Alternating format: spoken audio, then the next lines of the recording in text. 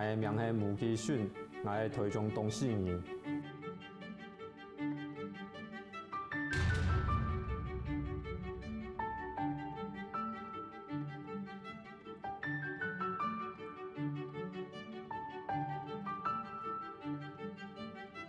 俺无卡是阿公介对板类东势龙的种感，俺爱是对细汉时就带东势龙吼带到2万。大家从啊袂讲介东势是介水果的故乡啦，俺其实吼介东势的山药吼对介豆秀还有介做比性饮料的吼，同介种介樟脑啊、金蕉吼，同介柑啊，还有介梨，沿用的人啊，不管是怎啊都改变。尤其是都经过介9年议事都台铁通。同介台湾加入介 WTO 以后，对因东势龙的影响真大。所以，我爸爸在介民国82年的时候，都万种介无下药的青菜啦。